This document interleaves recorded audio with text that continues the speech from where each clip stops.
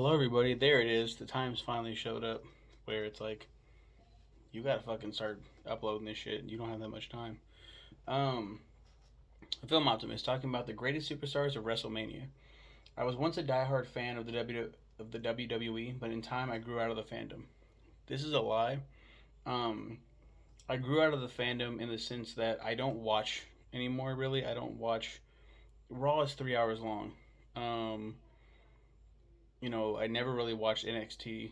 I watched ECW when it was on, but even then, I started like just slowly drifting away. SmackDown was like my first like real show that I'd watched back in 2005, so I got out of it pretty quick. Um, what was it? When was mine? 2011. So when did I stop watching? Like 2010, maybe 2009. I would still play the games. I just wouldn't. Like my mom spent so much money on pay-per-views, and yeah, like then I would say I got out around 2009 ish. I think I got back into it for a little bit 2010 because I went to go see Money in the Bank. That makes sense. 2010 or 2011. I got back into it for a little bit. Then I was like, again, I got to get the fuck out of here. Whenever there's like a draft episode, I'd watch it. I keep up with the results, and I play the games. So I am still in the fandom. I just don't invest as much time because it's very fucking time consuming and very fucking expensive. Like I don't have time for that shit. I still get magazines, check out some of the stuff online, and play the games. But it's been a while since WWE has given me that certain feeling. So 2013, I'm still living at home. I didn't move out until like officially until like 2015. 2014, I'm like in and out. 2015, early 2015, I'm still in and out of my parents' house. Um, but here, I was still very much living at home. I hadn't even had a job yet. I didn't have a job until December 2013. Um, but I was still getting WWE magazine and I was reading them. Like, what the fuck was I doing? Still, there's a lot of stuff that fascinates me to this day. WrestleMania, a spectacle for the ages, deserves this DVD. From the first WrestleMania to WrestleMania 23, this DVD gives us insight to the talent and skill that these superstars bring to the showcase of the immortals. But the question is, who is the greatest superstar of WrestleMania?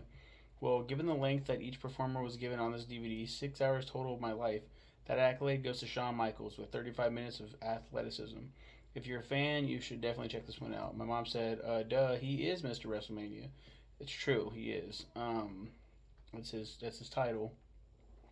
But you gotta also think about Undertaker, my favorite wrestler of all time, with his streak that's now been defeated since. But when did he lose it? I'm not gonna get down. I'm not gonna go down that rabbit hole. I think it was 2012. I could be wrong. Could be very wrong. I am wrong. It's like 2015. I don't fucking remember. He lost a streak, and I could not believe it. I was like, what the fuck is going on here? 6 hours, 6 hours of my life. I remember staying up, so I wouldn't start watching movies until late at night. As soon as midnight would hit, it's time to watch another movie. Like I'd watch a movie of the day because that's how my mind works sometimes. Like I have to watch one movie today at least. And so it was at once midnight hit, I was like, well, time to watch this movie. That was like 6 hours. Fuck, 6 hours, dude.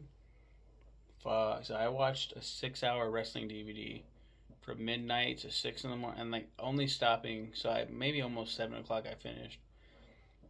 Only stopping for restroom breaks and getting food and stuff, and then even then I was like, why the fuck did I do that to myself? It is a damn good compilation and collection. So if you're a fan, this is a must buy. I would say it's a really good one. I'm pretty sure they've released better WrestleMania collections since, but it was a nice collection. So you guys have a good one. Take care.